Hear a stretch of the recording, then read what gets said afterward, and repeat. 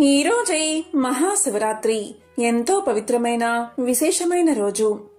మన ముఖ్యమైన పండుగల్లో మహాశివరాత్రి ఒకటి. ప్రతి సంవత్సరం మాఘ బహుళ చతుర్దశిని శివరాత్రిగా జరుపుకుంటారు. సృష్టి ప్రారంభంలో ఈ రోజు మధ్యరాత్రి వేళ శంకర భగవానుడు బ్రహ్మ నుంచి రుద్ర రూపంలో అవతరించాడని చెబుతారు. ఈ రోజు ప్రదోష సమయంలో శివుడు తాండవం చేస్తూ మూడవ నేత్ర జ్వాలలో బ్రహ్మాండాన్ని సమాప్తి చేశాడు. దీనిని మహాశివరాత్రి, కాలరాత్రి అంటారని పంచాంగకర్తలు చెబుతున్నారు. మరి ఎంతో పవిత్రమైన విశేషమైన ఈ రోజు ఈ కథలను విన్నా, చదివినా, చెప్పినా, వినిపించినా జన్మల దోషాలు తొలగి కోటి జన్మల పుణ్యం వస్తుంది, సకల శుభాలు కలుగుతాయి. మరి ఆ కథలేంటో ఇప్పుడు ఈ వీడియోలో తెలుసుకుందాం. పురాణాల ప్రకారం కైలాస పర్వతం మీద పార్వతీ పరమేశ్వరులు సుఖాసీనులై ఉన్నారు. అప్పుడు పార్వతీదేవి పరమేశ్వరుడితో ఇలా పలికింది: నాదా, అన్ని వ్రతాలలో ఉత్తమమైన వ్రతమేది అని అడిగింది. అప్పుడు ఆ పరమేశ్వరుడు ఇలా పలికాడు: పార్వతి, శివరాత్రి వ్రతం అన్ని వ్రతాలకైనా ఉత్తమమైనది. ఈ వ్రతాన్ని మాఘమాస బహుళ చతుర్దశి నాడు ఈ వ్రతాన్ని ఆచరించాలి. తెలిసి చేసినా తెలియక చేసినా ఈ వ్రతాన్ని ఒక్కసారి చేసినా యముడి బారి నుంచి తప్పించుకుని విముక్తి పొందుతారు అని సాక్షాత్తు పరమేశ్వరుడే పార్వతీదేవికి తెలియచేశాడు. ఇంకా ఒక ఆసక్తికరమైన కథను ఇలా వివరించాడు. పురాణాల ప్రకారం పరమేశ్వరుడు విషాన్ని మింగి తన గొంతులో దాచుకున్న రోజును మహాశివరాత్రిగా పాటించడం ఆనవాయితీగా వస్తుంది. అదే సమయంలో అమృతం కోసం దేవ దానవులు క్షీరసాగర మదనం చేస్తూ ఉండగా ముందుగా హాలాహలం వచ్చింది. వాటి విషజ్వాలలు ముల్లోకాలను ముప్పు తిప్పలు పెడుతూ ఉండడంతో దేవతలంతా కలిసి ఈశ్వరుణ్ణి శరణు వేడుకున్నారు. దీంతో భక్తవ శంకరుడైన పరమేశ్వరుడు ఆ సమయంలో హాలాహలాన్ని తీసుకుని దిగమింగి తన కంఠంలో బంధించాడు. హాలాహల ప్రభావానికి శివుడి కంఠం కమిలిపోయింది. అంతే, అప్పుడు అది నీలిరంగులోకి మారిపోయింది. దీంతో శివుడు నీలకంఠుడు అయ్యాడు.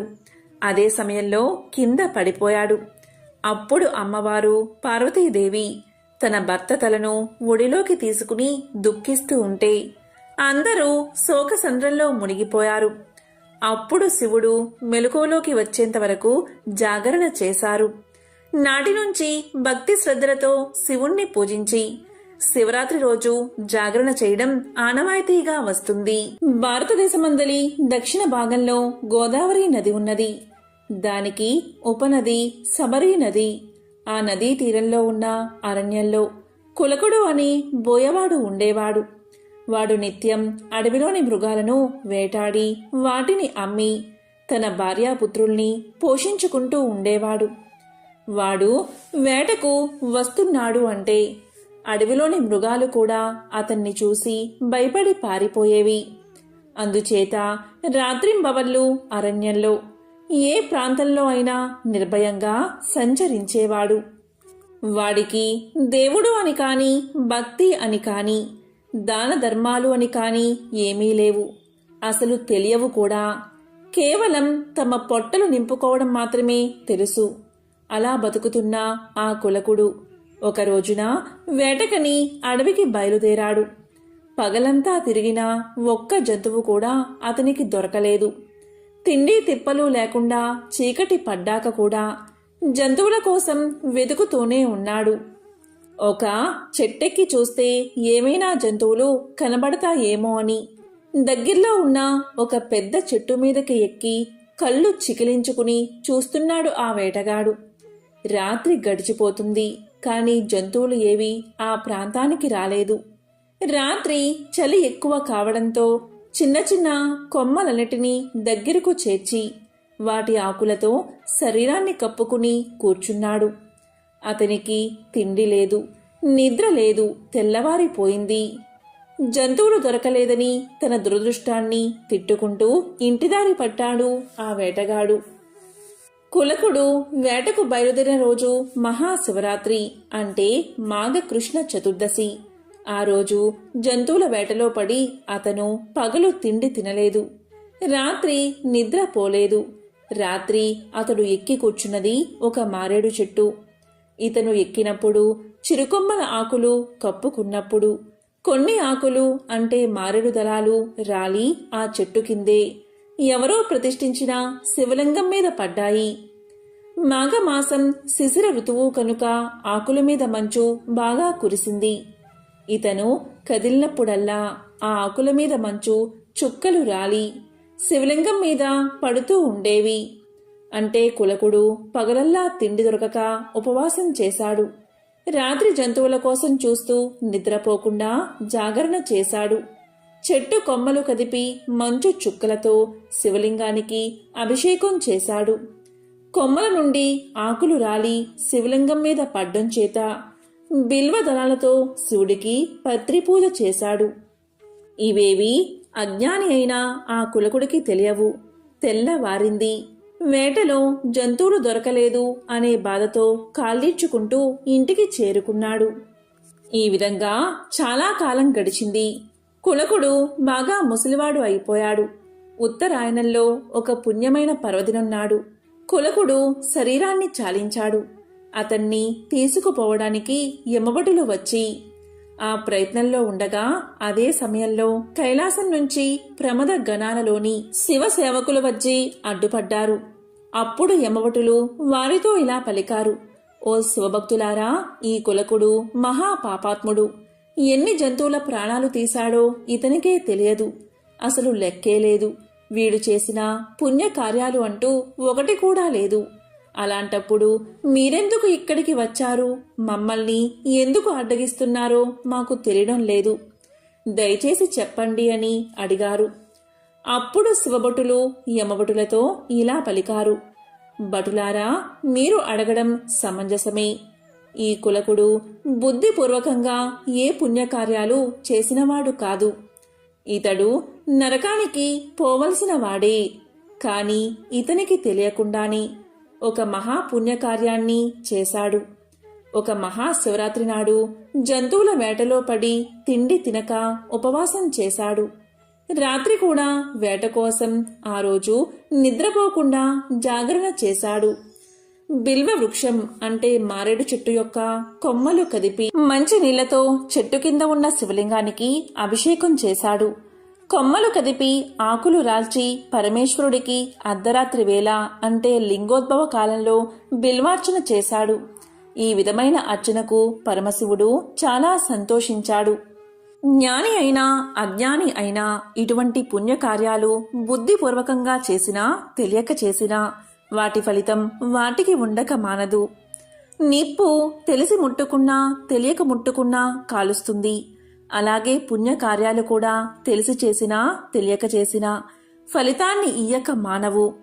యమభటులారా, వీడు తెలియక చేసిన మహాశివరాత్రి నాడు ఉపవాసం జాగరణం చేసి శివలింగార్చన చేశాడు కనుక ఇతన్ని తీసుకురమ్మని ఆ మహాదేవుడే మమ్మల్ని పంపించాడు.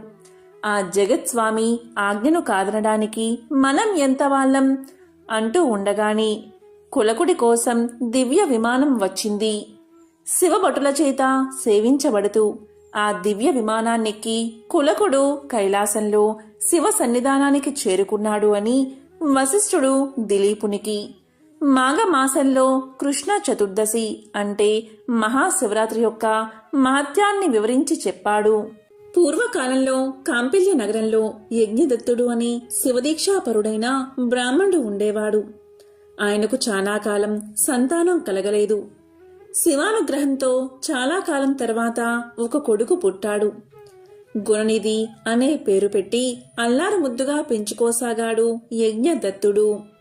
గుణనిధి అంటే కుబేరుడి పూర్వజన్మ. సర్వభ్రష్టుడైన గుణనిధి శివుని దయవల్ల దిక్పాలకుడై శివుని శకునిగా కూడా ఎదిగే కథ ఇది. ఒక్కగానొక్క కొడుకు. డబ్బుకు కొరత లేదు. తండ్రికి కొడుకు చదువు పట్టించుకుని తీరికలేదు.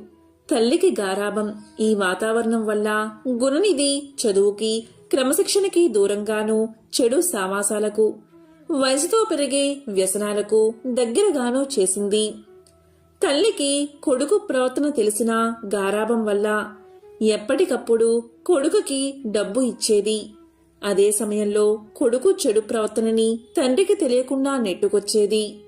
ఈ విధంగా గుణనిధి యవ్వన వయస్సుడు అయ్యాడు. వయసుకి తగ్గ అలవాట్లు అబ్బేశాయి. ఒకసారి యజ్ఞదత్తుడు తనకు ఓ సన్మాన సభలో రాజుగారు స్వయంగా వేలికి తొడిగిన రత్నపు ఉంగరం జాగ్రత్త చేయమని భార్యకు ఇచ్చాడు. దాన్ని గుణనిధి దొంగలించాడు. గుణనిధి జూదంలో ఓడిపోవడంతో అది ఓ జూదారి పాలబడింది. ఒకరోజు యజ్ఞదత్తుడు ఇంటికి వస్తూ ఒకడి చేతి వేలికి వజ్రపు ఉంగరం ఉండడం చూస్తాడు. కనురెప్ప వేయకుండా కొంచెం సేపు చూసి అది తనకు రాజుగారు ఇచ్చిన కానుకగా పోల్చుకుని ఆ వ్యక్తిని పిలిచి, ఇది నీకు ఎలా వచ్చిందో చెప్పకపోతే రాజుగారి వద్దకు తీసుకువెళ్తాను అని బెదిరిస్తాడు. అప్పుడు ఆ వ్యక్తి తాను గుణనిధి నుంచి జూదంలో పందెంగా ఈ ఉంగరం గెలుచుకున్నానని చెప్పడమే కాక గుణనిధికి ఉన్న ఇతర వ్యసనాలను కూడా తెలియజేస్తాడు. చివరగా ఆ వ్యక్తి యజ్ఞదత్తుడితో, యజ్ఞం చేయడంలో మీరెంత నిపుణులో జూదంలో మీ అబ్బాయి అంతే నిపుణుడు అని కూడా చెప్తాడు. దీంతో యజ్ఞదత్తుడు ఇంటికి చేరుకుని కొడుకు వైఖరి గురించి భార్యను నిలదీస్తాడు. జూదశాల్లో ఉన్న గుణనిధికి తన తండ్రి తనపై కారాలు మిరియాలు నూరుతున్నాడన్న వార్త తెలిసి ఇంటికెళ్తే తనకు శిక్ష తప్పదని తలచి అడవిలోకి పారిపోయాడు. ఆనాడు మహాశివరాత్రి కావడంతో ఊరి చివర ఉన్న శివాలయంలో భక్తులు నైవేద్యాలు సమర్పించి తమ శక్తి కొలది జాగారాలు చేసి మెల్లిగా నిద్రలోకి జారుకున్నారు. జనాలంతా పడుకున్నారు అని నిర్ధారించుకున్నాక ఆకలితో ఉన్న గుణనిధి శివుడికి అర్పించిన ప్రసాదాలను తీసుకుని తిందామని గర్భగుడిలోకి ప్రవేశించాడు. అక్కడ చీకటిలో ఏమీ కనిపించక తనపై గల వస్త్రాన్ని చించి వత్తిగా చేసి అక్కడ ఉన్న నూనెతో దీపాన్ని వెలిగించాడు గుణనిధి. ఆ వెలుతురులో ప్రసాద పాత్రలు కనిపించేసరికి ఆనందంతో వాటిని తీసుకుని ఆరగించాక స్వామివారి తీర్థం తాగి తృప్తిగా బయటకొచ్చాడు. ఇక గర్భగుడిలో శబ్దానికి భక్తులకు మెలకువ వచ్చి చూడగా చీకటిలో గుణనిధి ఆకారాన్ని దొంగగా భావించి దొంగ దొంగ అని అరిచారు. ఆ గుణనిధిని భక్తులు వెంబడించి చీకట్లో తలొక దెబ్బ వేసేసరికి గుణనిధి మరణించాడు. గుణనిధి ఊరి నుంచి పారిపోతూ పవిత్రమైన గౌతమి స్నానం, ఉపవాసం, తిండి దొరకకపోవడంతో శివాలయంలో వెలిగించిన దీపం, వెలుతురు కోసం, ప్రసాదాల కోసం చేసిన సగం జాగారం, ఇవన్నీ అనుకోకుండా చేసిన వాటి వల్ల అతడు శివానుగ్రహాన్ని పొందాడు. శివరాత్రి పర్వదినం నాడు మరణించడం వల్ల గుణనిధికి కైలాస ప్రాప్తి లభించింది. గుణనిధిని తీసుకుపోవడానికి యమదూతలు, మరొక వైపు శివదూతలు వచ్చి నిల్చున్నారు. గుణనిధి మహాపాపి అయిన శివరాత్రి నాటి రాత్రి తెలియక చేసిన ఉపవాసం, జాగరణ, దీపారాధన మరియు శివప్రసాద భక్షణం వల్ల అఖండమైన పుణ్యం సంప్రాప్తించింది.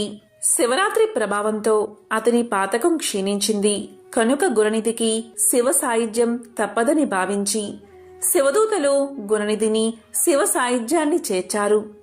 గుణనిధి కాలాంతరంలో ఒక రాజకుమారుడిగా పుట్టి మరింత శ్రద్ధాభక్తులతో శివారాధన చేసి శివుడికి అత్యంత ప్రీతిపాత్రుడు అయ్యాడు.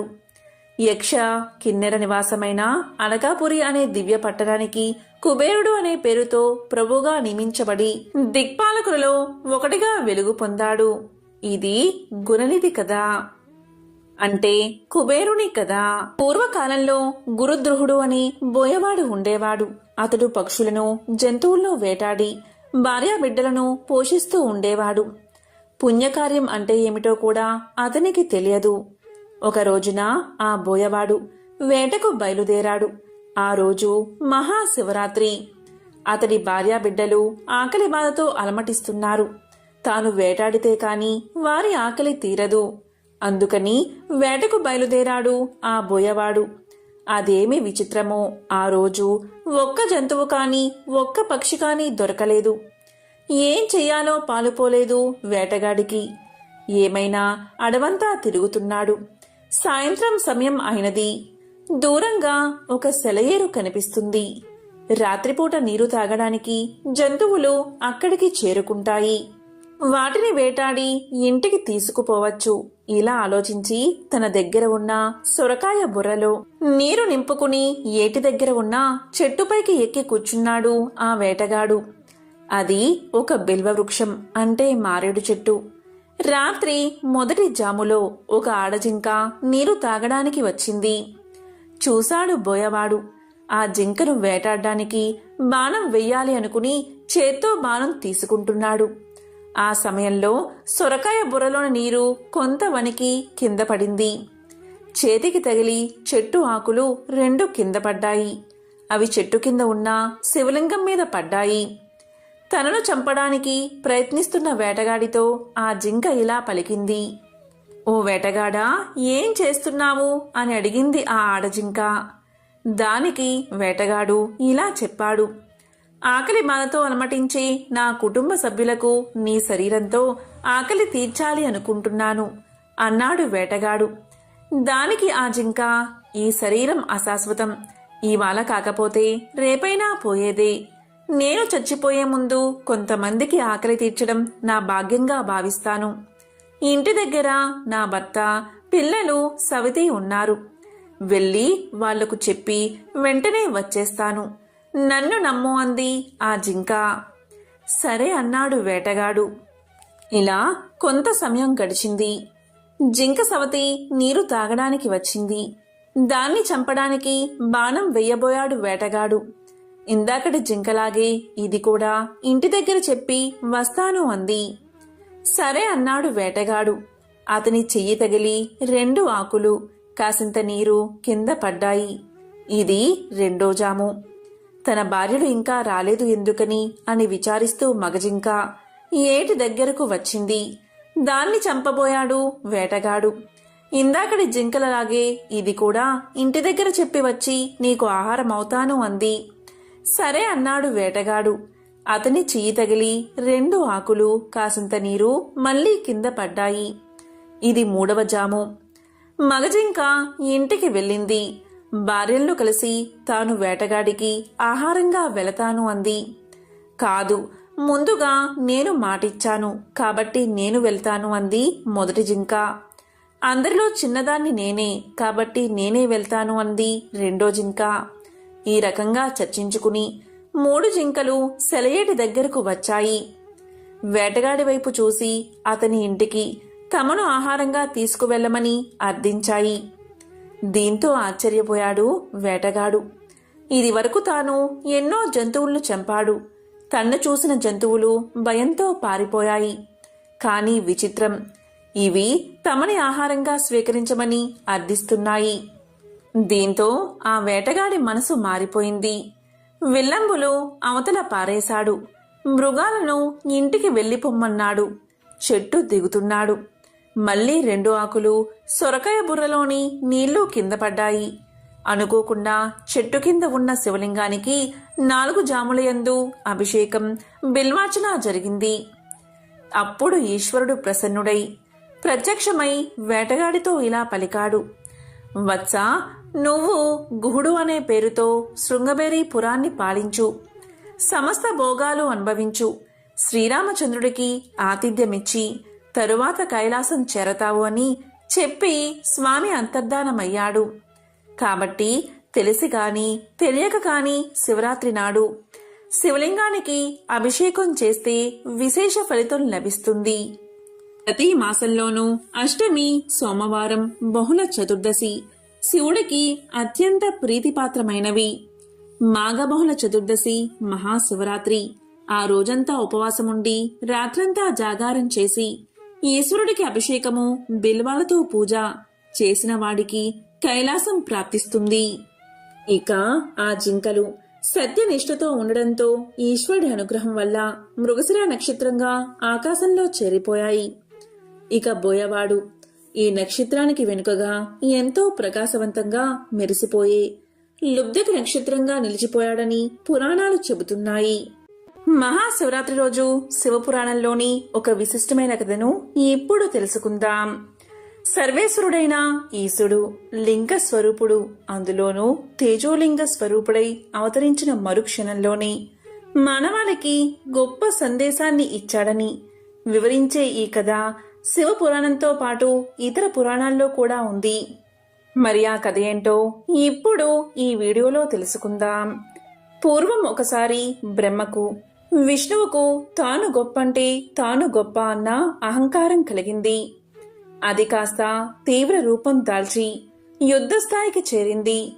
లోకాలన్నీ ఆ తగులాట వల్ల బీబిల్లుతున్న తరుణంలో చంద్రశేఖరుడైన ఆ పరమేశ్వరుడు హరి బ్రహ్మలకు జ్ఞానాన్ని ప్రసాదించాలి అనుకున్నాడు. వెంటనే వారి ముందు ఒక దివ్య తేజోరాశిని ఆది అంతాలు తెలియని స్తంభలింగ రూపంలో అవతరించేలా చేశాడు. అప్పటిదాకా అక్కడ లేని ఆ దివ్య తేజోస్తంభం ఏమిటా అని హరి బ్రహ్మలు యుద్ధం మాని విస్తుపోతూ చూశారు.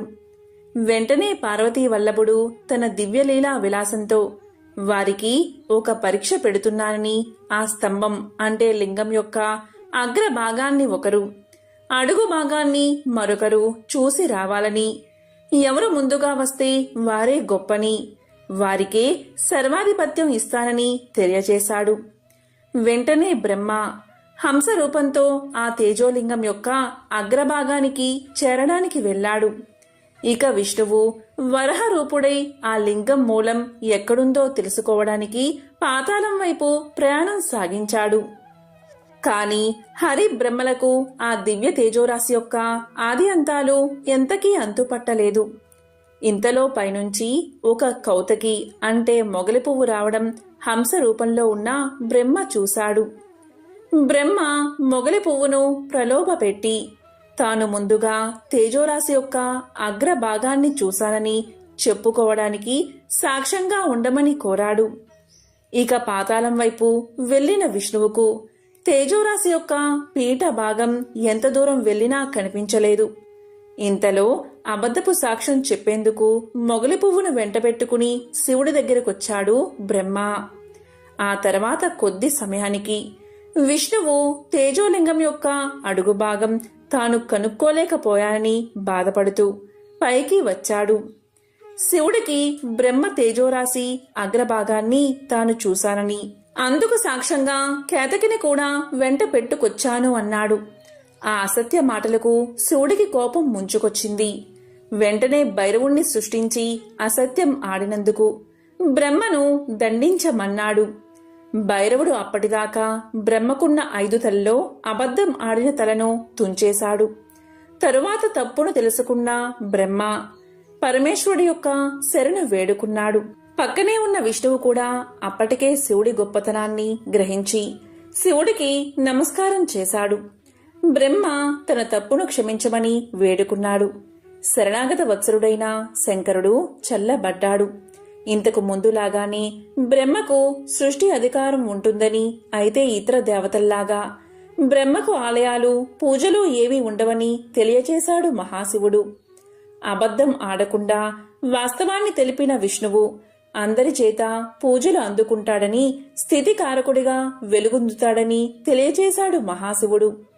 ఇక మొగలి పువ్వును చూసి అసత్యం ఆడిన పాపానికి తన పూజలో మొగలి పువ్వుకు చోటుండదు అన్నాడు ఆ మహాశివుడు. అయితే అప్పటికే ఆ మొగలి పువ్వు శివుడికి పరిపరి విధాలా ప్రణమిల్లింది. భక్తవత్సరుడైన శివుడు అప్పుడు కొంత శాంతించి శివపూజకు పనికి రాకపోయినా శివభక్తులు మాత్రం మొగలి పువ్వును ధరిస్తారని, అలా జన్మను చరితార్థం చేసుకోమని చెప్పి అంతర్ధానమయ్యాడు ఆ మహాశివుడు. ఈ కథా సందర్భంలో ఎంతటి వారైనా అసత్యం ఆడితే పాప ఫలితాన్ని అనుభవించాల్సి ఉంటుందని తెలియచెప్పే సందేశం ఇమిడి ఉంది. మానవులంతా సత్య మార్గంలోనే నడుచుకోవాలి అన్న ఈశ్వర సందేశం ఇక్కడ కనిపిస్తుంది. దక్షిణ దేశంలో గోకర్ణము అనే క్షేత్రమున్నది. దానిని భూ కైలాసము అని కూడా పిలుస్తారు. ఒకసారి నారదమునీంద్రుడు గోకర్ణం వెళుతూ త్రోవలో ఒక సంపెంగ చెట్టును చూశాడు. అది విరగపూచి ఉంది. ఆ చెట్టు దగ్గర ఒక బ్రాహ్మణుడు ఒక గిన్నెను చేత్తో పట్టుకుని నుంచున్నాడు. అది చూసిన నారదుడు ఆ విప్రుని దగ్గరకు వెళ్లి, నీవెవరవు, ఇక్కడ ఏం చేస్తున్నావు అని అడిగాడు. దానికి ఆ బ్రాహ్మణుడు, నేనొక బాటసారిని, త్రోవలో అలసిపోయి ఈ చెట్టు నెడన నిల్చున్నాను అన్నాడు.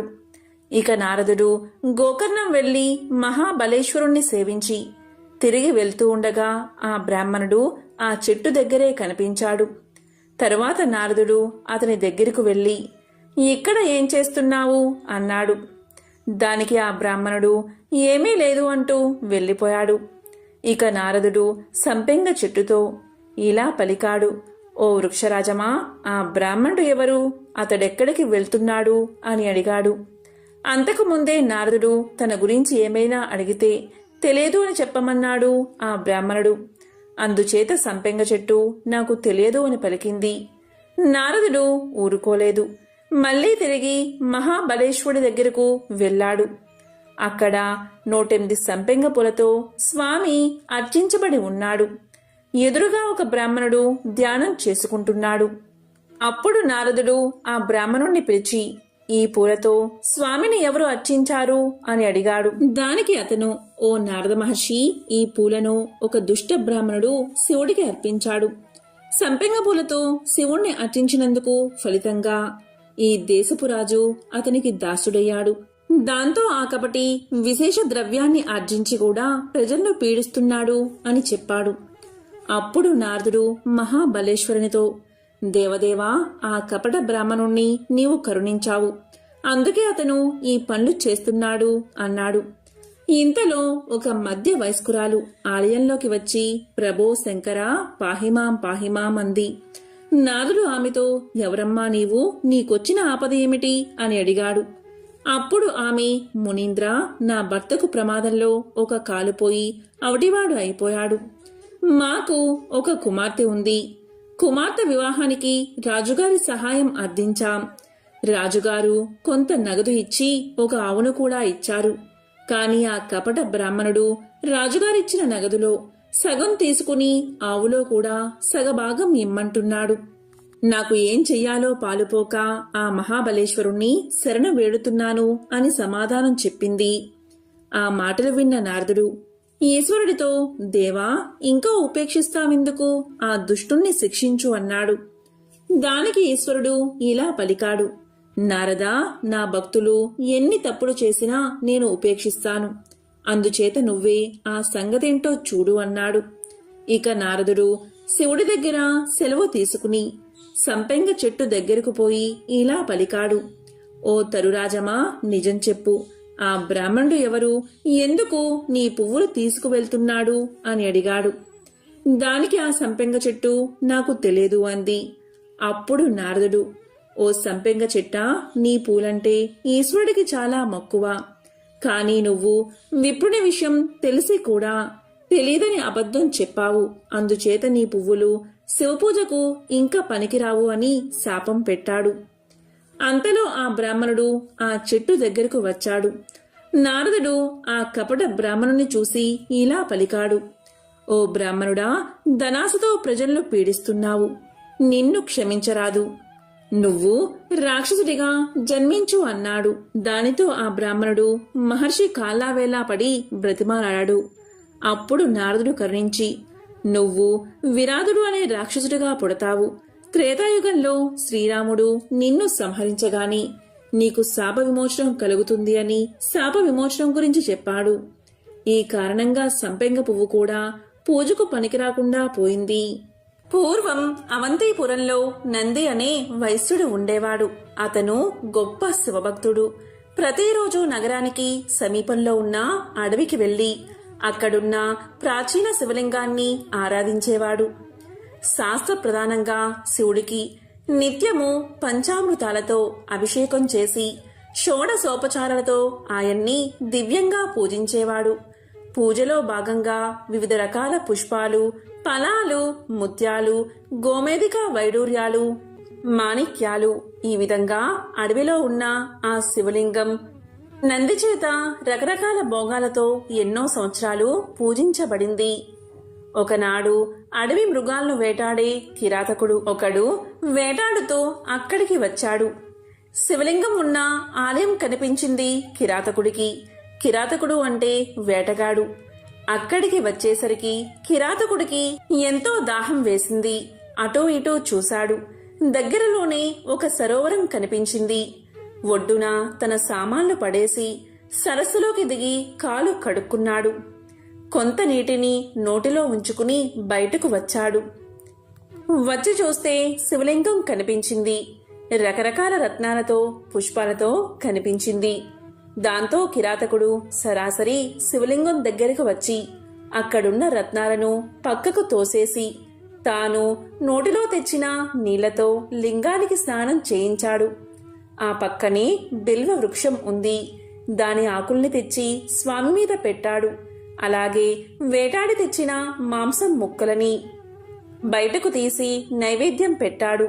ఇలా తనకు తోచిన రీతిలో శివపూజ చేసిన ఆ కిరాతకుడు ఇలా అన్నాడు: స్వామి శంకర, నిన్ను చూస్తే నాకు ఎంతో ఆనందంగా ఉంది. ప్రతిరోజు నీకు ఇలాగే పూజలు చేస్తాను. నన్ను కరుణించు స్వామి అని వేడుకున్నాడు. ఈ విధంగా ప్రతిరోజు కిరాతకుడు అక్కడికి వచ్చి ఈ విధంగా పూజలు చేయడం ప్రారంభించాడు.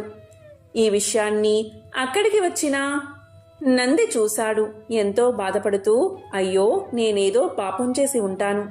నా పూజలో ఏదో లోపం ఉండి ఉంటుంది. నేను చేసే పూజ స్వామికి నచ్చలేదేమో. ఇదంతా నా దురదృష్టమని చింతిస్తూ ఇంటికి తిరిగి వచ్చాడు. నంది దీనంగా ఉండడం చూసి ఆయన పురోహితుడు ఇలా అడిగాడు: అయ్యా, తమరు ఎందుకు ఇలా ఉన్నారు అని అడిగాడు. దానికి నంది ఇలా పలికాడు: ఓ బ్రాహ్మణోత్తమా, నేను ఈరోజు శివపూజ కోసం వనానికి వెళ్ళాను. అక్కడ శివుడి ముందు మాంసాన్ని చూశాను.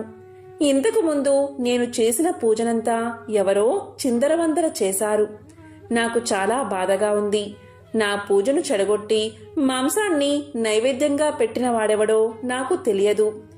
ఇప్పుడు నేనేం చెయ్యాలి అన్నాడు నంది. దానికి పురోహితుడు ఇలా అన్నాడు: అయ్యా, తమరు ఏం బాధపడకండి. రేపు పొద్దుట నేను కూడా మీతో వస్తాను. ఇద్దరం కలిసి అక్కడికి వెళ్దాం. ప్రతిరోజు వచ్చి నీ పూజ చెడగొట్టేవాడు ఎవడో తెలుసుకుందామని ధైర్యం చెప్పాడు. ఆ విధంగా ఆ మర్నాడు ఇద్దరూ కలిసి వనంలో ఉన్న శివలింగం దగ్గరకు వెళ్లారు. పురోహితుడు రుద్రాధ్యాయాన్ని పఠిస్తూ ఉండగా నంది చక్కగా లింగానికి ఏకాదశ రుద్రాభిషేకం చేశాడు. తరువాత యథావిధిగా రత్నాలు పుష్పాలు సమర్పించి షోడశోపచార పూజ కూడా వైభవంగా చేశాడు. ఇలా 2 జాముల కాలం గడిచింది. అప్పుడు ఆ సమయంలో మహాకాలుడిలా నల్లగా ఎత్తుగా ఉన్న కిరాతుడు చేతిలో ధనస్సు బాణం పట్టుకుని అక్కడకు వచ్చాడు. ఎంతో భయంకరంగా ఉన్న ఆ కిరాతకుణ్ణి చూసి నంది భయపడిపోయాడు. అతనితో పాటు పక్కన ఉన్న పురోహితుడు, అతని బృందం కూడా వణికిపోయారు. అప్పుడు కిరాతకుడు రోజూ చేసినట్లే ఎవర్నీ పట్టించుకోకుండా అప్పటిదాకా వారు చేసిన పూజా ద్రవ్యాలను పక్కకు తోసేసి పుక్కిట్లో నీరు తెచ్చి లింగంపై వేసి మాంసం నైవేద్యంగా స్వామికి సమర్పించాడు. బిల్వ ఆకులు తెచ్చి లింగంపై వేశాడు. ఒకసారి సాష్టాంగ నమస్కారం చేసి తిరిగి తన దారిన తాను వెళ్లిపోయాడు. ఈ దృశ్యాన్నంతా చూసిన నందికి, అతని పురోహిత బృందానికి ఎంతో ఆశ్చర్యం కలిగింది. దీంతో నంది తిరిగి ఇంటికి వచ్చిన తర్వాత పండితులందరినీ పిలిచి ఈ విషయాన్ని వారికి చెప్పి, ఓ విప్రులారా, ఇప్పుడు నేను ఏం చెయ్యాలో చెప్పండి అన్నాడు. అప్పుడు పండితులు నందితో ఇలా అన్నారు: అయ్యా, నీవు ఎంతో పవిత్రంగా పూజ చేసే ఆ శివలింగం ప్రతిరోజు పాడు చేయబడుతుంది. ఇక శివలింగం అక్కడ ఉండడం మంచిది కాదు. మీరు వెంటనే దాన్ని తీసుకువచ్చి మీ గృహంలో ప్రతిష్ఠించండి. ఇదే మీకు శ్రేయస్కరం అని సెలవిచ్చారు. నంది పురోహితుల మాట ప్రకారం వనంలో ఉన్న లింగాన్ని తెచ్చి తన ఇంట్లోనే స్థాపించి యథావిధిగా రత్నాలతో పూజించాడు. అప్పుడు ఆ సమయంలో వనంలో కిరాతకుడు శివలింగాన్ని పూజిద్దామని మర్నాడు అక్కడికి వచ్చి చూసేసరికి అతనికి శివలింగం కనిపించలేదు. ఒక్కసారిగా కిరాతకుడికి దుఃఖం ముంచుకొచ్చింది. దాంతో అతను ఇలా అన్నాడు: ప్రభు, శివ, శంకర, నన్ను వదిలి ఎక్కడికి వెళ్ళావు? నిన్ను చూడకపోతే నా మనసు ఎంతో బాధపడుతుంది. ప్రభూ, దయచేసి నన్ను కరుణించు, కరుణించి నాకు కనిపించు. నీవే రాకపోతే నా ప్రాణాల్ని వదిలేస్తాను. పరమేశ్వరా, కరుణించు అని తీవ్రంగా విలపించాడు. అయితే శివుడు కనిపించలేదు. అయితే అన్నమాట నిలబెట్టుకోవాలని భావించిన కిరాతకుడు తన గోళ్లతో గుండెను చీల్చుకుని రోషంగా అరుస్తూ, ప్రభూ, ఇదిగో నా గుండె తెచ్చాను, ఇప్పటికైనా రా అని పిలిచాడు. ఇక వెంటనే లోపల పేగుల్ని మాంసాన్ని బయటకు తీసి లింగం తీసేసి గోతిలో వేశాడు. అదేవిధంగా శరీరాన్ని కదిలించుకుంటూ వెళ్లి చెరువులోని నీళ్లు తెచ్చి ఆ గోతిలో పోశాడు. ఈ విధంగా ఓపిక నశించి రక్తం ధారల్లా కారిపోతూ ఉండగా అలాగే నేలమీద కుప్పకూలిపోయాడు కిరాతకుడు. ఇంతలో దివ్యకాంతులు వెదజల్లుతూ ప్రమద గణాలతో సహా శివుడు ప్రత్యక్షమయ్యాడు. జటాజూటములతో చంద్రకాంతిని ధరించిన శివుడు కిరాతకుడి చెయ్యి పట్టుకుని పైకి లేపి అతని గాయాలను పోగొట్టాడు. ఎంతో ప్రేమగా ఇలా అన్నాడు, కిరాత, నీవెంతో గొప్ప భక్తుడివి. నాకు సంతృప్తి కలిగింది. నీవు ఎన్నో పూజలు చేశావు. నా కోసం ప్రాణాలు సమర్పించడానికి సిద్ధపడ్డావు. నీ భక్తి అనన్య సామాన్యం. నీకేం వరం కావాలో కోరుకో అన్నాడు. ఇక రుద్రుడి మాటలు వినగానే కిరాతకుడికి ఎంతో ఆనందం కలిగింది. వెంటనే ఆయన పాదాల మీద పడి, ప్రభూ, నేను నీ దాసుణ్ణి. నాకు జన్మజన్మల్లో నీ మీద అచంచలమైన భక్తి ఉండేలా అనుగ్రహించు. నీవే నాకు తల్లి, నీవే నాకు తండ్రి, నీవే నాకు గురువు, నీవే నాకు దైవం, నీవే నాకు బంధువు, నీవే నాకు మిత్రుడు. నాకు నీవు తప్ప వేరొకరు అక్కర్లేదు. ఇక నాకు వేరే ఏ కోరిక లేదు. నిన్ను దర్శిస్తే చాలు అని వినయంగా పలికాడు. నిష్కల్మషమైన కిరాతకుడి భక్తికి శివుడు చలించిపోయి అతన్ని తన శివమందిరానికి ద్వారపాలకుడిగా నియమించాడు. అదే సమయంలో దేవదుందుబులు మోగాయి. ఆ ధ్వని పక్కనే ఉన్న నంది ఇంటిదాకా వినిపించింది. వనంలో నుంచి దివ్యమైన ధ్వనులు వినపడేసరికి నంది ఎంతో ఆతృద్దాగా అక్కడికి పరుగున వచ్చాడు.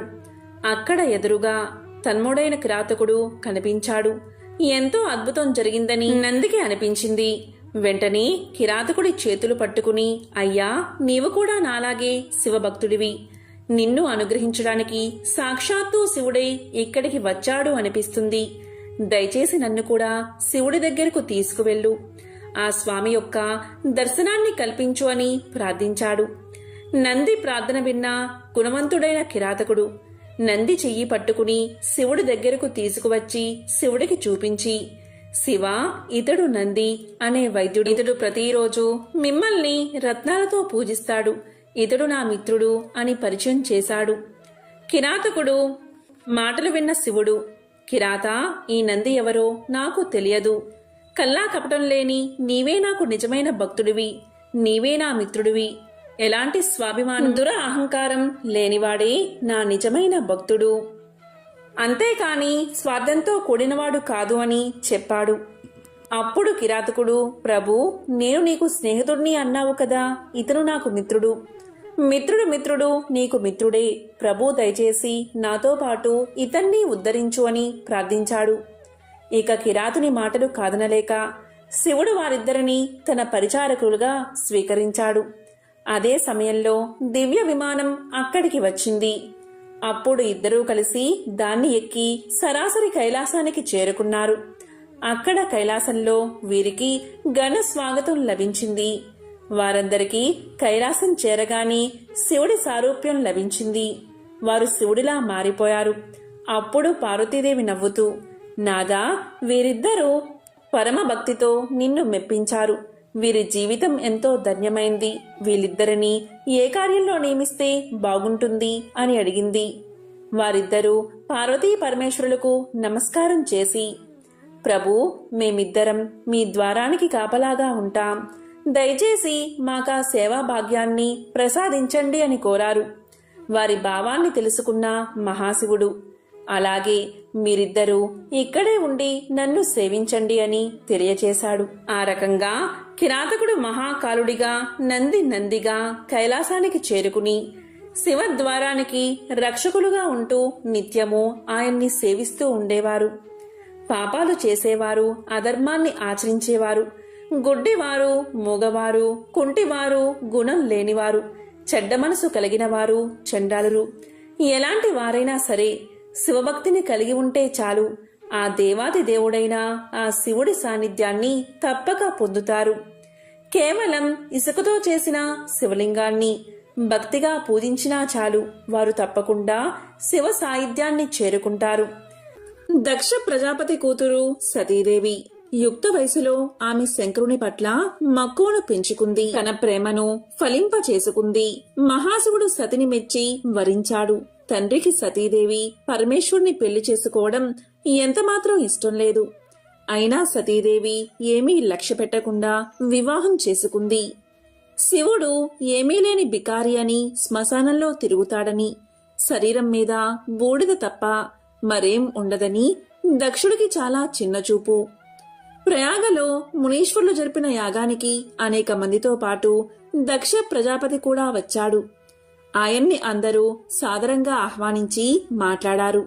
కాని మహాశివుడు మౌన ముద్రలో ఉండి దక్షుణ్ణి పట్టించుకోలేదు. అది దక్షునికి తీరని అవమానంగా తోచింది. బికారి అయిన అల్లుడికి ఇంత అహంకారమేమిటని ఆగ్రహించాడు దక్షుడు. కోపావేశంతో విపరీతంగా నిందించాడు. దాంతో నందీశ్వరుడికి కోపం ముంచుకొచ్చి దక్షుణ్ణి శపించాడు. అప్పుడు దక్షుడు రుద్రగణాలకు తిరిగి ప్రతిశాపం పెట్టాడు. అయినప్పటికీ దక్షుడికి కోపం తీరలేదు. శివుణ్ణి అవమానించేందుకు పనిమాల మహాయజ్ఞాన్ని ప్రారంభించాడు దక్షుడు. ఆ యజ్ఞానికి అందరినీ ఆహ్వానించాడు కాని కూతురైన సతీదేవిని, అల్లుణ్ణి పిలవలేదు. తండ్రి యజ్ఞం తలపెట్టింది శివుణ్ణి అవమానించేందుకు అని సతీదేవికి తెలియదు కదా. తమను యజ్ఞానికి పిలవనందుకు ఎంతో బాధపడింది. కాని పుట్టింటి వాళ్ళు పిలిచేదేమిటి అని తనకు తానే సర్ది చెప్పుకుంది. అప్పుడు పరమేశ్వరుడు ఇలా పలికాడు. చూడు సతీ, నీ తండ్రి నన్ను కాదు కదా, కనీసం కూతురివైనా నిన్ను కూడా పిలవలేదు. పిలవని పేరంటానికి వెళ్లడం తగదు. వెళ్తే నీకు పరాభవం తప్పదు అంటూ వారించినా వినకుండా నచ్చ చెప్పి వెళ్ళింది. శివుడు ఎన్ని విధాలా చెప్పినా వినిపించుకోలేదు సతీదేవి. పుట్టింటి మీద మమకారాన్ని చంపుకోలేకపోయింది. దక్ష యజ్ఞానికి వెళ్లి తీరతానని పట్టుబట్టింది. అంగీకరించక తప్పలేదు శివుడికి. సరే వెళ్ళు అన్నాడతను. సతీదేవి ఒంటరిగా బయలుదేరింది. ఆమె అలా ఒంటరిగా బయలుదేరడం ప్రమదులకి ఆందోళన కలిగించింది. ఇంతమంది ఉన్నా ఎవరూ లేని దానిలా సతీదేవి ఒంటరిగా పుట్టింటికి పయనమవడం బాధ కలిగించింది వారికి. కాలినడకన వెళ్తున్న సతీదేవిని చూసి కళ్ళు చెమర్చుకున్నారు. తప్పు, ఇది భావ్యం కాదు అనుకున్నారు. కూడబలుక్కున్నారంతా. కానుకలు, వాహనాలు, వాయిద్యాలు సమకూర్చుకున్నారు. ఈలోపు సతీదేవిని చక్కగా అలంకరించారు. నంది వాహనంపై కూర్చోబెట్టారు. పదమ్మ అంటూ ఆమె వెంట తరలి వెళ్లారు. అంతా దక్షుని యజ్ఞవాటికకు చేరుకున్నారు. యజ్ఞం మహావైభవంగా జరుగుతోందక్కడ. సమస్త దేవతలు, మునులు కొలువుదేరి ఉన్నారు. అంతటా వేదఘోష వినవస్తుంది. చూసి పొంగిపోయింది సతీదేవి. యజ్ఞశాలలోకి ప్రవేశించింది. అయినవారు, అమ్మవంకవారు గుంపులు గుంపులుగా ఉన్నా సతీదేవిని ఒక్కరూ వచ్చావా తల్లి అంటూ పలకరించలేదు. పలకరిస్తే ప్రమాదం అన్నట్లుగా ఊరుకున్నారంతా. దక్షుడు అస్సలు పట్టించుకోలేదు. కన్నెత్తి కూడా కూతుర్ని చూడలేదు. బాధపడింది సతీదేవి. తల దించుకుని నిలబడింది. అంత దూరం నుంచి తల్లి గమనించిందది. పరుగున వచ్చింది. సతీదేవిని గట్టిగా కౌగిలించుకుంది. వచ్చావా తల్లి, రావేమో అనుకున్నాను అంది. ప్రయాణం చేసి అలసిపోయినట్లున్నావు అంది. చీర కొంగుతో కూతురు ముఖాన్ని తుడిచింది. తల్లి ఎప్పుడైతే సతిని చేరదీసిందో అప్పుడు ఇక ప్రమాదం లేదనుకుని తోబట్టువులంతా చుట్టుముట్టారామెను. అభిమానంగా పలకరించారు. రారా అంటూ సరసన కూర్చోబెట్టుకునేందుకు సిద్ధపడ్డారు. కూర్చోలేదు సతీ. కళ్ళెరజేసుకుని నిలబడింది. అమ్మ అక్కున చేర్చుకుంది. తండ్రి చేసిన అవమానాన్ని తట్టుకోలేకపోతుంది సతీదేవి. తోబట్టువులంతా కుటుంబ సమేతంగా వచ్చారు. వారందరినీ పేరు పేరునా పిలిచి తన భర్తని తండ్రి పిలవకపోవడాన్ని భరించలేకపోయిందామె. మండుతున్న కళ్ళను ఒక్క క్షణం మూసుకుని తెరిచింది. నిప్పు కణాల్లా, నెత్తురు చుక్కల్లా సతీదేవి కన్నీటి బొట్లు జలజలా నేలరాలాయి. చూశారది ప్రమదులు. కోపంతో ఊగిపోయారు. దక్షుణ్ణి వధించేందుకు కత్తులు దూశారు. వారిని వారించింది సతీదేవి. తండ్రిని కోపంగా చూస్తూ ఇలా పలికింది: మదాంధుడువై నా భర్త శివుణ్ణి ద్వేషిస్తున్నావు. నీకిది మంచిది కాదు తండ్రి. సర్వేశ్వరుడు నా భర్త ఎక్కడా, అధమాధముడివి నువ్వెక్కడా? నా భర్తకు హవిర్భాగం లేకుండా చేస్తావా? మమ్మల్ని అవమానిస్తావా? దీనికి ఇంతకింత అనుభవిస్తావు నువ్వు. నీ తనువున పుట్టిన పాపాన్ని నేను భరించలేను. నాకీ శరీరం వద్దు. ఇప్పుడే ఈ క్షణమే ఈ శరీరాన్ని వదిలివేస్తాను. పవిత్రురాలను అవుతాను. అయోమయంగా ఆందోళనగా చూస్తున్న మునులను, దేవతలను కడగంట చూసి కూసలు పరిచింది సతీదేవి. ఇక ఉత్తర దిశగా కూర్చుని కళ్ళు మూసుకుంది. చిత్తం పరమశివుని అధీనం చేసి నవరంధ్రాల్లో బంధించింది. మహామహాయోగులకు కూడా సాధ్యం కాని యోగాన్ని ఆరంభించింది. పంచ ప్రాణాలను వాటి మూల స్థానాల్లోంచి కదిలించింది. దాంతో సమాధి స్థితిలో ఉన్న ఆమె శరీరం నుంచి మంటలు ఎగసిపడ్డాయి. ఆ యోగాగ్నిలో సతీదేవి దహనమైపోయింది. ఆమె అలా దహనం అయిపోవడమేమిటి, ముల్లోకాల్లోనూ హాహాకారాలు చెలరేగాయి. భయంతో సమస్త భూతకోటి కంపించింది. దక్షుణ్ణి అంతా అసహ్యించుకున్నారు. ప్రమదులు మరిక ఆగలేదు. యజ్ఞవాటికలో ఉన్న అందరినీ చంపేందుకు సిద్ధమయ్యారు. ఇది భృగు మహాముని గమనించి ఋషుల్ని కాపాడేందుకు దక్షిణాగ్నిలో అభిచార హోమం చేశాడు. ఆ హోమ ఫలితంగా రుమనామకులు దేవతలు వేలాదిగా పుట్టుకొచ్చారు. యజ్ఞశాలల్లోని కొరవులని ఆయుధాలుగా ధరించి దండెత్తి వచ్చిన ప్రమదులను ఎదుర్కొన్నారు. వారిని కొట్టిన చోట కొట్టకుండా కొట్టి అక్కడ్నుంచి తరిమి కొట్టారు. యోగ సమాధిలో ఉన్న శివుడికి సంగతంతా తెలిసింది. యోగాగ్నిలో సతీదేవి దేహత్యాగం, ప్రమదుల పరాజయం తెలిసి కోపం తెచ్చుకున్నాడతను. కళ్ళు తెరిచి చూశాడు. దిగ్గున లేచి నిల్చున్నాడు. ప్రళయ తాండవం చేశాడు. ఆ తాండవంలో శిరస్సును జట ఒకటి తెంచి భూమి మీదకు విసిరాడు. భయంకరంగా సింహంలా గర్జించాడు. చూస్తూ ఉండగాని జట నుంచి మంటలు చెలరేగాయి. అంతెత్తున లేచాయవి. ఆకాశాన్ని దహించేటట్లుగా నాలికలు చాపాయి. ఆ మంటల్లోంచి వీరభద్రుడు పుట్టాడు. 1000 చేతులు, భయంకరంగా కోరలు, నల్లటి దేహంతో ఆకాశం అంత ఎత్తుగా నిలిచాడు వీరభద్రుడు. నిప్పులు చెరుగుతున్న 3 కళ్ళు, అగ్నిజ్వాలల్లా ఎగిసిపడుతున్న జటలు, 1000 చేతుల్లోనూ త్రిశూలాది ఆయుధాలు, మెడలో కపాల మాలికలతో అరివీర భయంకరంగా ప్రత్యక్షమయ్యాడు వీరభద్రుడు. శివుడికి సాష్టాంగ ప్రణామం చేశాడు. దేవా, ఆజ్ఞ అన్నాడు. తక్షణం నువ్వు ప్రమద గణాలతో బయలుదేరి దక్షుడి యజ్ఞాన్ని ధ్వంసం చెయ్యి. బ్రాహ్మణ తేజం నిన్నేమీ చెయ్యలేదు. నా అంశతో పుట్టిన నీకు ఎక్కడా ఎదురుండదు. వెళ్ళు అని ఆజ్ఞాపించాడు శివుడు. లేచి నిల్చున్నాడు వీరభద్రుడు. శివుడికి ప్రదక్షిణం చేశాడు. పెద్దగా కేక పెట్టాడు. అతని కేకకి సకల లోకాలు తల్లడిల్లాయి.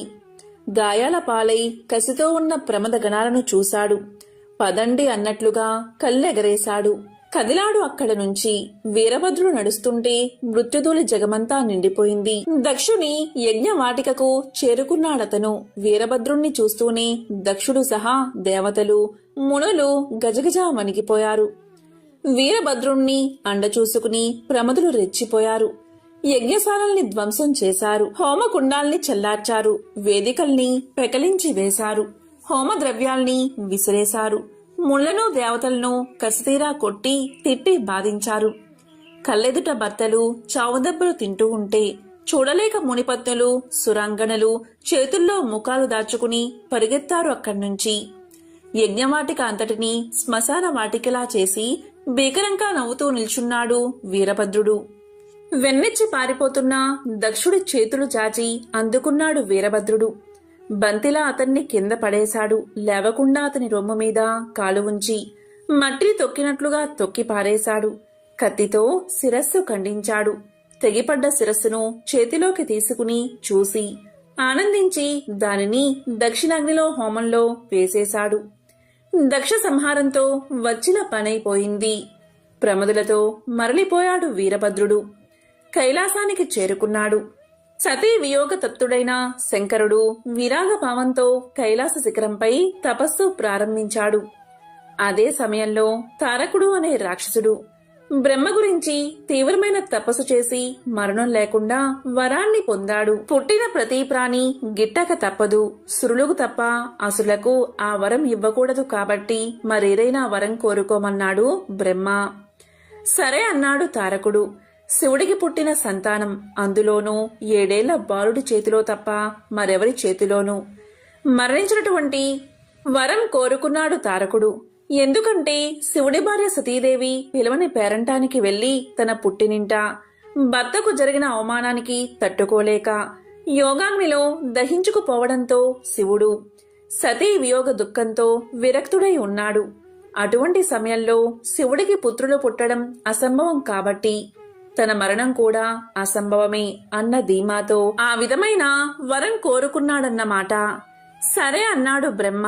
అసురజన్మ కావడాన పుట్టుకతోనే సంక్రమించిన బలానికి ఈ వరబలం తోడు కావడంతో తననెవరూ జయించలేరు అన్న ధీమాతో తారకాసుడి ఆగడాలు తట్టుకోలేని విధంగా తయారయ్యాయి. వాడికి మిత్రుడైన సూరపద్ముడు కూడా జతయ్యాడు. ఇద్దరూ కలిసి దేవతలను, మానవులను, మునులను, సాధు ప్రాణులందరినీ నానా హింసలకు గురిచేయసాగారు. దాంతో అందరూ కలిసి బ్రహ్మదేవుడి దగ్గరకు వెళ్లారు, తమను ఆ దుష్టుడి నుంచి కాపాడమని. ఆ రాక్షసుడి నొసట రాతరాసిన విధాతకు తెలియదా వాడినెలా సంహరించాలో? దేవతలకు ఒక ఉపాయం చెప్పాడాయన. శివుడికి పుట్టబోయే కుమారుడు తప్ప వీడిని మరెవరూ సంహరించలేరు కాబట్టి మనందరం కలిసి శివుణ్ణి వైరాగ్యం నుంచి సంసార జీవనం వైపు మళ్లించాలి. అప్పుడు మన పని సులువవుతుంది అన్నాడు బ్రహ్మ. దీంతో అందరూ కలిసి శివుడి దగ్గరకు చేరి పరమేశ్వరుడికి తమ మొరలు వినిపించారు. లోకకంటకుడైన తారకాసురుడు వరగర్వంతో అంతులేని దురాగతాలకు పాల్పడుతున్నాడు. అతన్ని సంహరించగల పుత్ర సంతతిని పొందడం కోసమైనా వివాహానికి అంగీకరించవలసిందిగా దేవతలు ప్రార్థించారు. వారి ప్రార్థనలు విని కూడా పరమేశ్వరుడు తన నిర్ణయాన్ని మార్చుకోలేదు. తపస్సు చేసుకుంటూ తన జీవితాన్ని కొనసాగిస్తానని సమాధానమిచ్చాడు. దీంతో దిక్కుతోచని బ్రహ్మాది దేవతలు వైకుంఠానికి వెళ్లి తమ దుస్థితిని విన్నవించారు. అప్పుడు విష్ణువు దేవతా వర్గంతో కలిసి పరమేశ్వరుని ప్రార్థించాడు. పరమేశ్వరుడికి భార్య కాదగిన శక్తి స్వరూపిణి అయిన కాంతగా అవతరించవలసిందిగా దేవతలంతా దేవిని ప్రార్థించారు. వారి ప్రార్థనలు ఆలకించిన జగన్మాత దేవతలకు అభయాన్ని ఇచ్చింది. అమిత భక్తితో చిరకాలంగా తన్ని సేవిస్తున్న హిమవంతుని పుత్రికగా జన్మించగలనని ప్రకటించింది. ఆ మాటలకు హిమవంతుడు ఉప్పొంగిపోయాడు. అమ్మా, నా ఇంట బిడ్డగా జన్మిస్తానని అనుగ్రహించావు. అయితే బిడ్డగా జన్మించిన నిన్ను నేను అర్థం చేసుకుని తగిన విధంగా ప్రవర్తించగల వివేకాన్ని ప్రసాదించు తల్లి అని హిమవంతుడు దేవిని ప్రార్థించాడు. అంతటా ఆమె హిమవంతుడికి భక్తి, జ్ఞాన, వైరాగ్య, యోగ సాధనాలను వివరించింది. ఈ విధంగా సతీదేవి పర్వతరాజైన హిమవంతుడికి పుత్రికగా పుట్టింది. పర్వతరాజు పుత్రిక కాబట్టి పార్వతి అయిందామే. ఆమెకు చిన్నప్పటి నుంచి శివుడంటే వల్లమాలిన భక్తి. ఆ భక్తి కాస్త ఆయన్ను పరిణయం చేసుకోవాలి అనేటటువంటి అనురక్తిగా మారింది. సాక్షాత్తు పరమశివుణ్ణి పతిగా పొందాలంటే మాటలా మరి. అందుకే తపస్సు చేయడం మొదలుపెట్టింది. దీంతో దేవతలు శివుణ్ణి వైరాగ్యం నుంచి సంసార జీవనం వైపు మళ్లించాలి అనుకున్నారు. అందుకు సమర్థులు ఎవరని వెతగ్గా మన్మధుడు ముందుకొచ్చాడు. మన్మధుడి భార్య రతీదేవి ముందు భర్తను వారించినప్పటికీ లోక కళ్యాణం కోసం సరే అని ఒప్పుకుంది. ఇక్కడ సతీదేవి మహావైరాగ్యంలో ఉన్న శివుడి తపస్సు భంగం చేయకుండా ఆయన తపస్సు చేసే ప్రదేశమంతా రోజు చక్కగా అలికి శుభ్రంగా ముగ్గులు పెట్టేది. ఆయన ఏమైనా తింటాడేమోనని పళ్ళు తెచ్చి ముంగిట పెట్టేది. ఇలా ఎంతకాలం గడిచినా శివుడు కళ్ళు తెరవనేలేదు. కాని పార్వతి మాత్రం అన్న పానీయాలు మానేసి కేవలం పండుటాకులు మాత్రమే తింటూ అపర్ణగా మారింది. ఒక రోజున మన్మధుడు కాస్త ధైర్యం చేశాడు. తన చెలికాడైన వసంతుణ్ణి తోడ చేసుకుని పూల బాణాలతో శివుణ్ణి తపస్సు నుంచి మళ్లించి ఆయన కోపాగ్నిలో కీలల్లో బూడిదయ్యాడు. ఆ తరువాత జరిగిందంతా గ్రహించిన శివుడు పార్వతిని వివాహం చేసుకున్నాడు. వారికి కుమారస్వామి జన్మించాడు. ఆ కుమారస్వామి దేవతల సైన్యానికి అధిపతిగా తారకాసురుణ్ణి సంహరించాడు. యోగ సాంప్రదాయంలో ఒక అందమైన కథ ఉంది. ఆదియోగి శివుడు ఇంకా పార్వతీదేవిల వివాహం అనేది ఒక గొప్ప వేడుక. పార్వతి ఒక యువరాణి కనుక ఆ ప్రాంతంలోని ప్రముఖులందరినీ ఆహ్వానించారు. రాజులు, రాణులు, దేవుళ్ళు, దేవతలు ఒకరిని మించి మరొకరు గొప్పగా అందంగా ముస్తాబై వచ్చారు. అప్పుడు పెళ్లికొడుకు శివుడు జడలు కట్టిన జుట్టుతో ఆపాదమస్తకం విభూది రాసుకుని రక్తం కారుతున్న ఏనుగు చర్మాన్ని ధరించి వచ్చాడు. ఆయన పరమానందపు మత్తులో మునిగి తేలుతూ ఉన్నాడు. అతని పరివారంలో ఉన్న జీవులందరూ మానవ రూపంలో కాకుండా ఏదో వికృతమైన వక్రీకరించిన రూపాలతో ఉన్నారు. ఎవరికీ అర్థం కాని ఏదో భాషలో వారిలో వారు మాట్లాడుకుంటూ ఏవో శబ్దాలు చేస్తున్నారు. మీనాదేవి పార్వతి తల్లి పెళ్లికొడుకును చూసి కళ్ళు తిరిగి పడిపోయింది. అప్పుడు పార్వతి శివుడు దగ్గరకు వెళ్లి, మీరు ఎలా ఉన్నా నాకు ఎటువంటి అభ్యంతరమూ లేదు. మీరెలా ఉన్నా పర్వాలేదు. నాకు కావాల్సింది మీరు. కాని మా అమ్మ కోసం కొంచెం ప్రశాంతమైన రూపాన్ని ధరించండి అని వేడుకుంది. ఆయన సరే అని ఒక అందమైన రూపాన్ని ధరించి చక్కగా అలంకరణ చేసుకుని వచ్చాడు. అది చూసి అప్పుడు ఆయన్ని సుందరమూర్తి అన్నారు.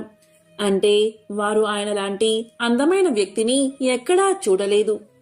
ఆయన 9 అడుగుల ఎత్తున్నాడు. ఆయన నిల్చుంటే గుర్రం తలతో సమానంగా ఉండేదట. శివుడు పెళ్లి పీటల మీద కూర్చున్నాడు. భారతదేశంలో ముఖ్యంగా ఇటువంటి వివాహాలలో పెళ్లి కొడుకు పెళ్లి కూతురుల పుట్టు పూర్వోత్తరాలను ఎంతో గొప్పగా చెప్తారు. వారి వంశం ఎక్కడి వారు, ఎలాంటి రక్తం నుంచి వచ్చారు అంటూ వాళ్ల వంశ వృక్షం గురించి చెప్తారు. పెళ్లికూతురు విషయానికి వస్తే ఆమె తండ్రి హిమవంతుడు, హిమాలయ పర్వత ప్రాంతాలంటికి రాజు. వధువు యొక్క వంశం గురించి చాలా అద్భుతమైన విషయాలు చెప్పారు. మరి ఇప్పుడు పెళ్లికొడుకు సంగతేమిటి అని అడిగారు. శివుడు మౌనంగా అలాగే కూర్చుని ఉండిపోయాడు. ఆయన ఏమీ చెప్పలేదు. పోనీ అతని పరివారంలో వారి భాషను అర్థం చేసుకోగలిగిన వారు కూడా ఎవరూ లేరు. వారిలో అర్థం కాని శబ్దాలు చేస్తున్నారు. పెళ్లి కూతురు తండ్రికి ఇదొక అవమానంగా అనిపించింది.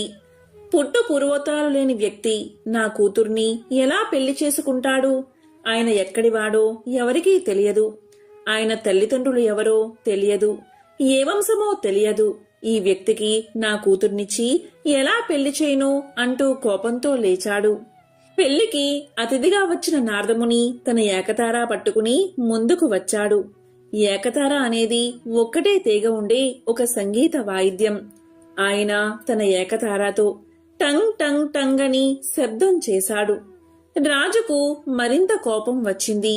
ఇప్పుడు ఏకతార ఎందుకు వాయిస్తున్నారు అని అడగ్గా నారదుడు ఇలా పలికాడు. ఇదే అతని మూలం. అతనికి తల్లి లేదు, తండ్రి లేడు. అయితే మరి అతనికి మూలమేది అంటే టంగ్ ఆయన మూలనాదం. ప్రకంపన నాదం నుంచి ఆయన ఆవిర్భవించాడు. ఆయనకు తల్లిదండ్రులు లేరు, తాత ముత్తాతలు, అసలు వంశవృక్షమే లేదు. ఆయన స్వయంభువు, స్వయంగా సృష్టించుకున్నవాడు. పూర్వోత్తరాలు అంటూ ఏమీ లేని ఒక అస్తిత్వమే ఆయన. అలా పలకగా రాజు మండిపడుతూ ఉన్నాడు. అయినా వివాహం జరిగింది. శివుడి వివాహం గురించి తెలిసిన విష్ణువు, బ్రహ్మ ఈ వివాహ మహోత్సవానికి వచ్చారు. మరో విశేషమేంటో తెలుసా? ఈ వివాహ కార్యక్రమాలంటిని విష్ణువు చూసుకుంటే వివాహంలో పండితుడుగా బ్రహ్మ వ్యవహరించారు. ఈ వివాహానికి ముందు శివుడు, విష్ణువు, బ్రహ్మ ఆలయానికి దగ్గరలోని చిన్న గుంతలలో స్నానాలు ఆచరించారట. అందుకే వాటికి రుద్రకుండ, విష్ణుకుండ, బ్రహ్మకుండ అనే పేర్లు వచ్చాయి. ఈ వివాహ మహోత్సవ సమయంలో బ్రహ్మ మంత్రాలు చదువుతూ బ్రహ్మశిలను ఏర్పరిచినట్లు ఆధారాలు ఉన్నాయి. ఓం నమః శివాయ, ఓం నమో నారాయణాయ, ఓం శ్రీ మహాలక్ష్మియే నమః. ఓం శ్రీ మాత్రే నమః.